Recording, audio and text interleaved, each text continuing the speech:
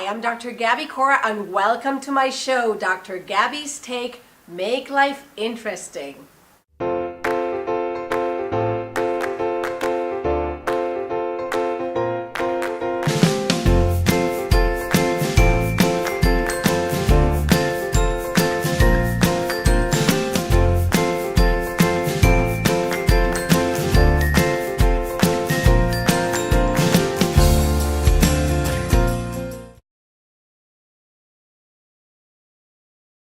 Well, the other interesting point here in talking about the greater good is you have built a multi-million-dollar company, and there are many people working for you too.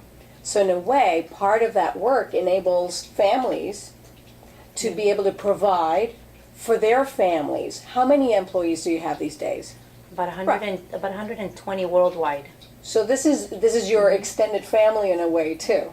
And part of your quest to do a fantastic job is, like, in a way, this I've seen from many entrepreneurs who also feel not responsible for all these families, but you really want to make sure that there's a great solid business so that everybody wins. Absolutely.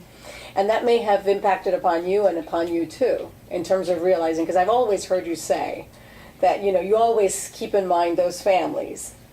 It's in the back of your mind in a way too, right? When was it international from the get-go, or did you start going more and more global over the past few years?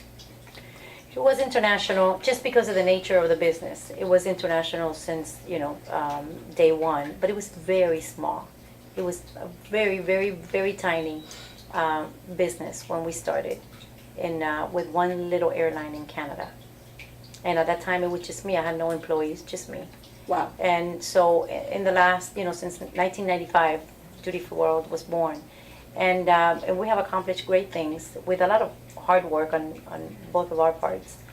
But it was always international, And Bolzano has really been international since day one as well. So the beauty of Bolzano is you already had the infrastructure, right? Right. There. But there was a huge shift to all this other creative side that you had not explored before. Tell me about that. How did it get started? How did you feel like, I can do this and it can be wonderful? Well, we started with just a need. We felt there was a void in our market for a good leather accessory that both women and men can take advantage of. So that's where it all started. And the initial idea was just to fill that need. And when we had a company that we went after to provide a product, a known brand, they were not able to fulfill the requirements. Halfway through one of our programs, they told us they couldn't continue to give us stock, despite the fact that I had a 6-month commitment to the airline ahead of me, and I knew that I had a price to pay with that relationship if I didn't deliver. So I, at that point, decided that I was going to design my own. And we came up with a design, got it in production, put it on board. It did well, very well. And then I actually had people ask me, hey, do you know where I can find that locally? And then I said, well, wait a minute. Somebody wanted to represent the line. In a different country. Yeah. We're like, wait a minute, whoa. No, you make it sound very easy. Let me call them and I'll let you know. Yeah. And they said, I want to represent this line. And we said, oh, we'll try to get in touch with them and see what we can do. And I just called the other extension and said, what do we do? And then it just, took on a whole life of itself. And we just started building upon that.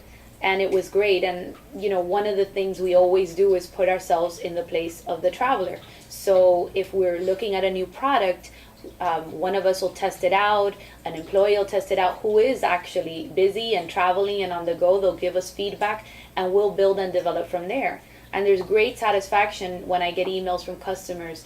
Like somebody in Norway the other day sent an email saying, I'm traveling to the States and I'd like to know where I can find your product. I'll be in this city, that city, and the other city. We own a bag of yours and we really would like to own another Bolzano bag.